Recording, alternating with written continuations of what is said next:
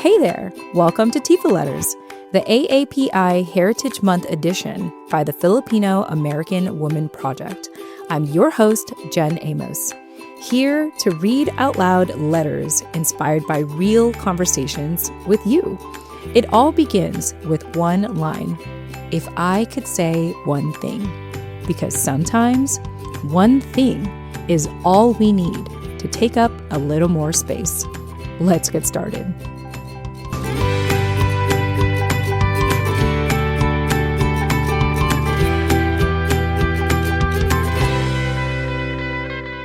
Listener discretion advised.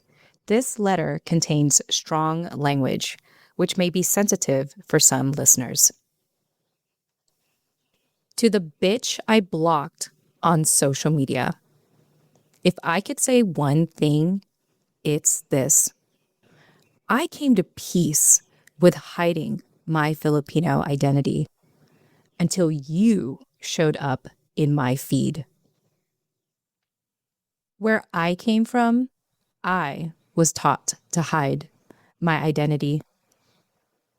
I was born in the Philippines, and even though my mom is Filipina, my dad is white. And yes, to answer your question, he came from the Philippines through his service in the military, met my mom, and has stayed here ever since. Unlike my cousins and the rest of my family, I have fair skin. In fact, my family nicknamed me the white girl, and my dad made it very clear early on that he wanted me to know, Marisol, you're white. I don't know if it was because my dad was often the token white guy in our family. I mean, maybe this was his way of feeling less alone.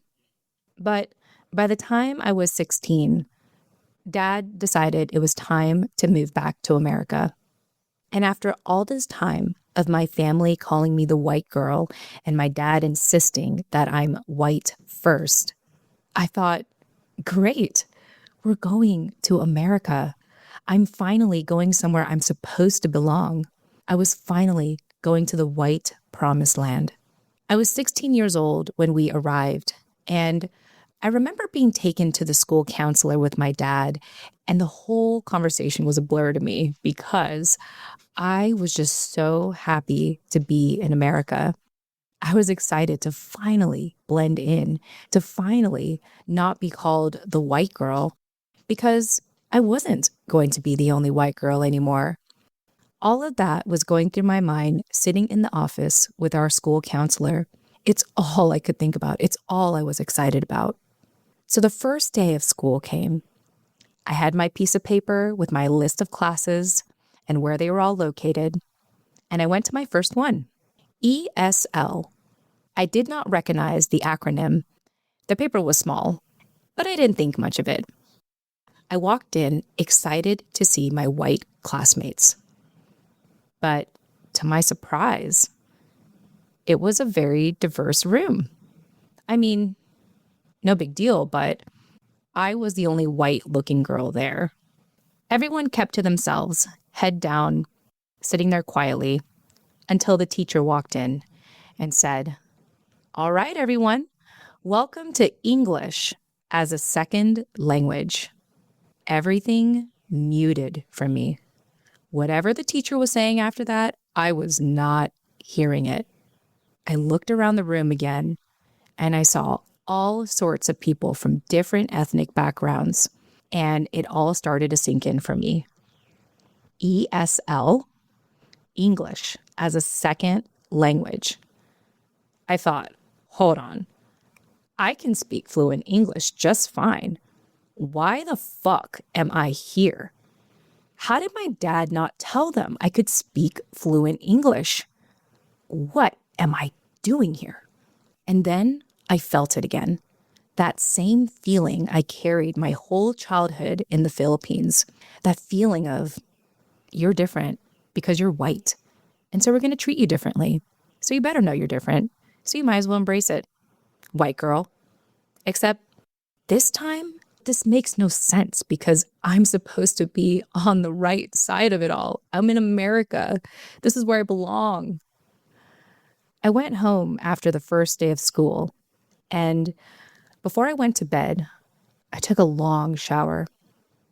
And then I stood in front of the mirror and I tried to understand.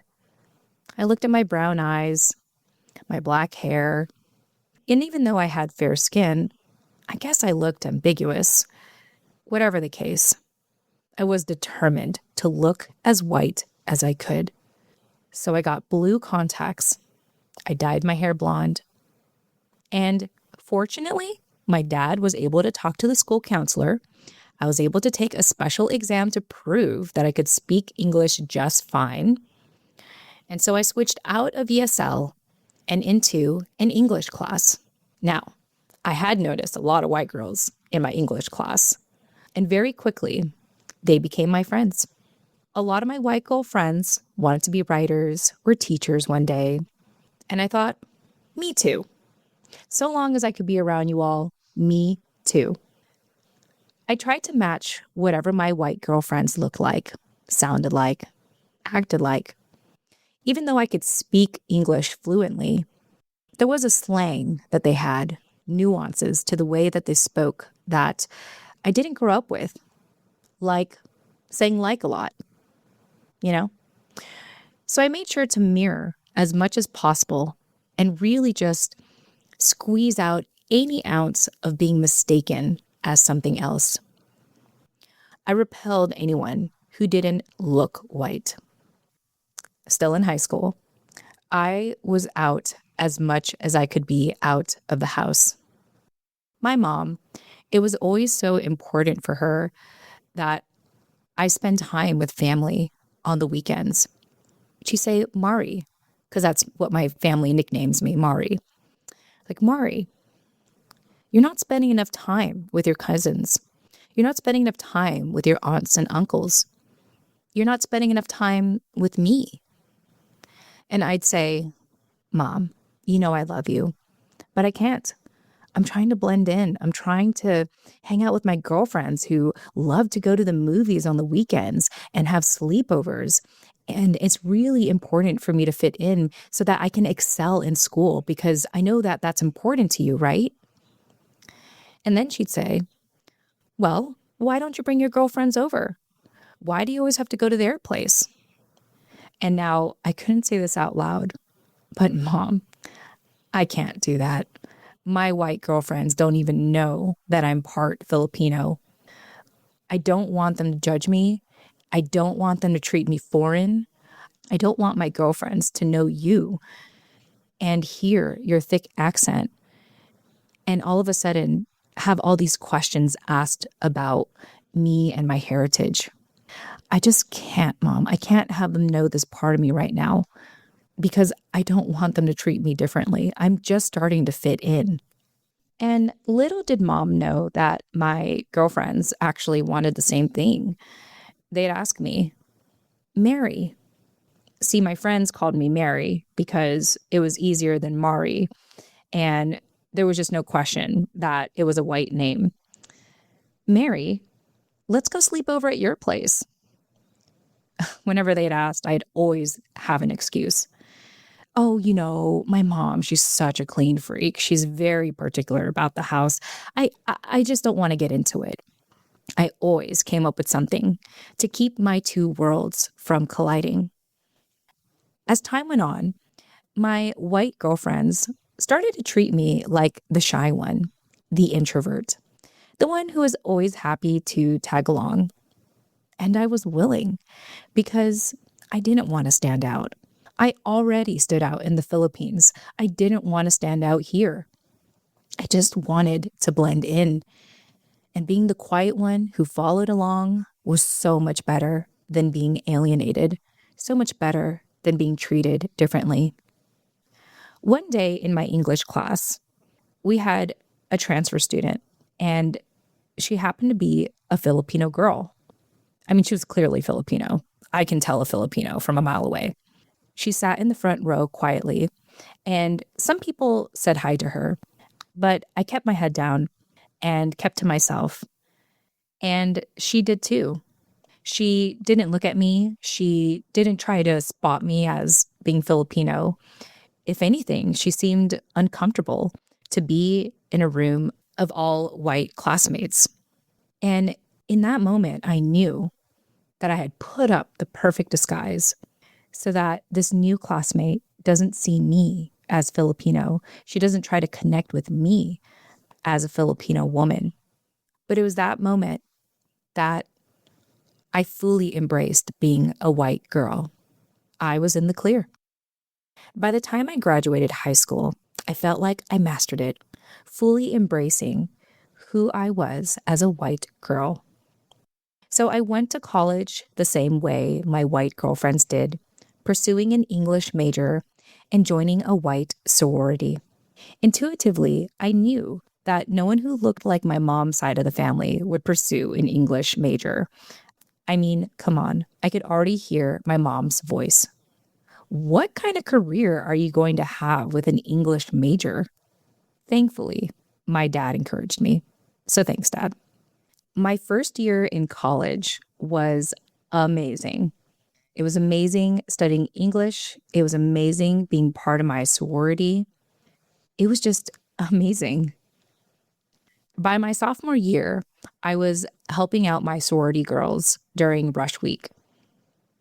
We were handing out flyers, looking for white girls who looked like us, when I noticed directly across the walkway was a Filipino student organization doing the same exact thing, looking for people who looked like them.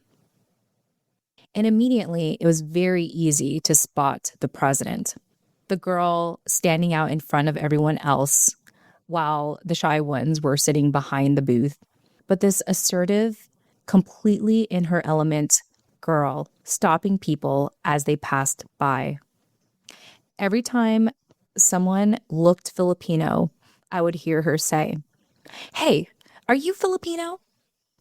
There was one girl in particular that you can tell by her body language that she had been in deep thought, hadn't even realized she walked right into the middle of it all. And so the president, just like she asked every other Filipino-looking person, caught her attention and said, "Hey, are you Filipino?" The girl looked up, clearly caught off guard, and said, yeah, I am." Immediately, the president handed her a flyer and said, "Filipinos have to fight. What's your name, by the way?" The girl responds, "My name is Nancy, but I go by Nance." And then the president responds, "Oh, what a coincidence. My name is Wanda, but I go by Woe." Now, my friends here call me Woke Woe, but you could just call me Woe. I heard them both laugh about how Filipino it is to not use their government names. And that exchange really bothered me. It got me thinking about my own government name, Marisol, and how my family calls me Mari. But with my white girlfriends, they call me Mary, like Mary had a little lamb. They even joke about it. Speaking of which, I didn't even realize my girlfriends were trying to get my attention. "Mary, are you handing out flyers or what?" "Right." And I got focused and started looking for the future white girls of our sorority. Later that night, in the sorority house, I was on my phone and I decided to look up this Filipino organization. And that's when I came across the president, Woke Woe. A couple of minutes of looking her up turned into, I hate to admit, a couple of hours. And before I knew it, I was up way too late, knowing way too much about this organization, and especially about you, Woe, the president. Your obsessive, very public, unapologetic pride to be Panay. How? I was livid. How could you be so proud? How could you just be so open like that? Every social media post, really, speaking with conviction, with a sense of mission and purpose, and all the Filipinos around you wrapping their arms around you like you're the next fucking Messiah. leading these obnoxious marches, holding these obnoxious signs, posting your short videos of everyone doing karaoke and singing awfully and acting like it's the greatest thing in the world. Your stupid photos of Filipino food, the unpacking of generational trauma. I mean, what kind of career are you going to have with that, bitch? What kind of job are you actually going to get after college? I couldn't take it anymore. I put my phone down and I told myself, it's time to go to bed. The next day, without thinking much about it, I pulled up my phone to post something for our sorority's social media. And, well, what do you know? First thing that pops up in my public feed is you. And today, apparently the organization is having a family potluck, and you brought all this Filipino food on campus. Lumpia, pancit, dinuguan, rice. Girl, really? You're Filipino. We fucking get it. Shut the fuck up. And I didn't even want to see you today. I was just trying to do something for my white girl sorority. I just had to post and be done with it. And just when I start to feel better and completely forget about you, I have to post again, and this bitch is in my feed. Now it felt like we were at war. Every time I kept trying to push for my sorority, there you were, pushing your Filipino pride right back in my face, pushing it into my feed, shoving it in my face. And I was constantly blindsided. It's not like I was trying to seek you out. I was just trying to do my job. And it seemed like every time you popped up in my feed, I just got angrier and angrier and angrier. Until one night, I was like, fuck it. I'm gonna do a deep dive into you, bitch. And so I went through not just one of her socials, but all of her socials. I dug deep, y'all. And then that's when I found out. Bitch, you're not even from the Philippines. You're American, born and raised in the Bay Area. You've never even set foot in the Philippines. And yet, here you are, being so high on being Pinay, acting like you invented it. And your short videos where you're trying to act all cute, trying to pronounce a Filipino word. Your accent is like a baby falling, trying to walk for the first time. But my accent, if I really wanted to bring it out, struts like it's walking a catwalk. But yeah, I figured you out, bitch. You've never been in the Philippines. So that's what it is. You're overcompensating. And with a sense of pride, I put my phone down and I thought, I can sleep well tonight. I readjust myself in bed, feeling very pleased at myself, relaxing my eyes and my face, when a very quiet thought in the quiet of the night slipped into my mind. Mari, haven't you been doing the same thing? Haven't you been overcompensating? I scoff at my inner dialogue. How dare I even think that? And now I can't sleep. I sit back up, I pull up my phone, and I find myself comparing our feeds. No, I put the phone down, and then I pick it up again, and then I freaking delete the app. I lay down, and I'm going to sleep. And then I couldn't go to sleep. So I pulled up my phone again, but I deleted the app. And so I pulled up the app in my mobile browser. This is too inconvenient. So I downloaded the app again. Damn it. Why am I feeling this rage and frustration right now? I hate it. And I hate you, Woe. I just hate how loud and proud you are in my mind. Will you get the fuck out of my head, you bitch? Fast forward, my white girlfriends and I, in our sorority house, decided to throw a party. We had just finished finals, and after all the hazing, the new girls are settled into our house. We worked hard this year, So we are going to party hard. The night was long and fun and crazy and full of laughter and joy and gossip. And it was just everything that you would expect at a sorority party. At one point, I held up my phone and said to everyone in the house, "Hey girls, act like you're having fun for the gram." And so we all positioned ourselves the way we knew how and took the sexiest photo you could take for sorority girls like us. Once I took the photo, everyone went back to what they were doing, and I was on my phone again, preparing to promote this on our socials. When, of course, you popped up in my feed. Go figure.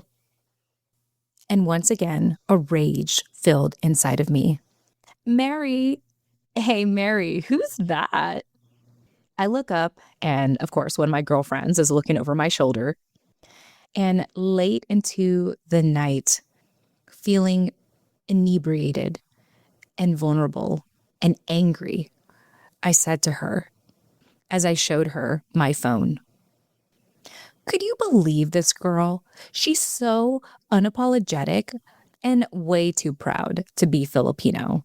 She takes too much pride flaunting her brown hair, her brown eyes, her dark skin. And she shares way too much about her life, talking about this generational gap between her mom and her grandma. I mean, how can she just be like this? It must just be showmanship. Like she's just putting on a show. I mean, look at her wearing Filipina attire, reconnecting with her ancestors." And I went on and on and on to my girlfriend, pointing out everything, every post more infuriating than the last, waiting for my girlfriend to be just as annoyed as I was. Now, just to give you a little background on my girlfriend here, to my shock and comfort, she was the only one in our group who had ever asked me if I was Filipino. She was able to look past my blue-eyed contacts and my blonde hair because it turned out she grew up doing missionary work in the Philippines with her parents. And when she first asked me if I was Filipina, well, it was a drunk night and I couldn't help but admit it. I told her my mom was Filipina. I was born and raised in the Philippines, but my dad was white. And he always told me that I was white and to be white. Luckily, my girlfriend understood where I was coming from, and she had been my number one support ever since. So as I kept painting the whole picture of who this woke woe is, I expected my best girlfriend to agree with me emphatically. So then my friend finally responded, and I wanted to hate her for it. "Wait, Mary, who is this girl? Why are you following her? Why does she bother you so much? Did you say that you've only seen her once in person and never even talked to her?" Oh my gosh, I almost ended our friendship that night. How dare you ask me that? How dare you not understand? How dare you not relate? She doesn't bother me. I'm not, how dare you? I couldn't talk to her for a couple of days. And instead of answering her, I went home. For the first time in a while, I actually went home. Of course, my mom was thrilled. And of course, there was a potluck, as there always is, even last minute. That's just how it goes with our family. And of course, it's been a while, so everyone had a million questions. "Mari, how's school? How are your grades? What kind of career are you going to get out of an English major? Have you met someone?" No, no, no, no. Don't meet anyone. Focus on your studies. No dating. Focus on your studies, Mari. Eventually, the hour of interrogation came to an end when my family switched over to another family member. "Oh, have you heard of Don Don? Didn't he just have a breakup with someone?" And before you know it, everyone was gossiping about someone else who wasn't in the room. I exhaled and I relaxed. And then I just kind of tuned out and just sat there, taking in my family. The Taglish flowing back and forth, in and out of dialects. Everyone talking over each other. I mean, how do we even know what we're talking about? But the noise and the laughter and the warmth of it all. At some point, I just took off my chanelas and I exhaled. I relaxed and I thought, you know what? It's not so bad just to be with family. It was comforting, safe, familiar. And I gotta say, maybe it was because I hadn't been home in a while. But for once, I didn't feel like the white girl. For once, I just felt like I was with family. I stayed the night, and the next morning, I drove back to school, back to my sorority and my white girlfriends. I apologized to my dear friend that I snapped at, but I still wasn't ready to answer her question. Then that night, I went to bed and I just let myself sit there in the quiet, looking up at the ceiling. I let myself come down from all the anger and the annoyance and the unnecessary stress of following this woman online, and let myself actually hear what I'm afraid to say to myself. The country I grew up in, my family, and society as a whole, I've just never been in a space where I could fully embrace and express my Filipino side. And, I don't think there's anyone to blame, per se. But the fact is that I'm a white girl, and it's the best way I know how to fit in. I can't change who I am overnight. And I can't drop everything right now and join Woke Woe's organization and march down campus holding up a sign saying I'm proud to be Filipina. But at least I know. To the bitch that I've only seen in person once and never spoke to, and yet has haunted my feeds ever since, I surrender. You've showed me what I could never be. You have shown me that even as hard as I can try, I can't be that. I can't have that. I can't want that. And that's why I can't keep letting you show up in my feed. So if I could say one thing to Woke Woe, it's this. I'm only hurting myself by constantly having you pop up in my feed. So I'm blocking you. I'm blocking you and the organization you run. Stay on your side of the campus, and I'll stay on mine. Signing off, Mari.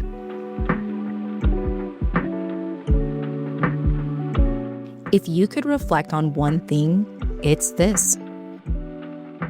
Who's that one person where you think, if only I was them, I could finally be who I'm meant to be?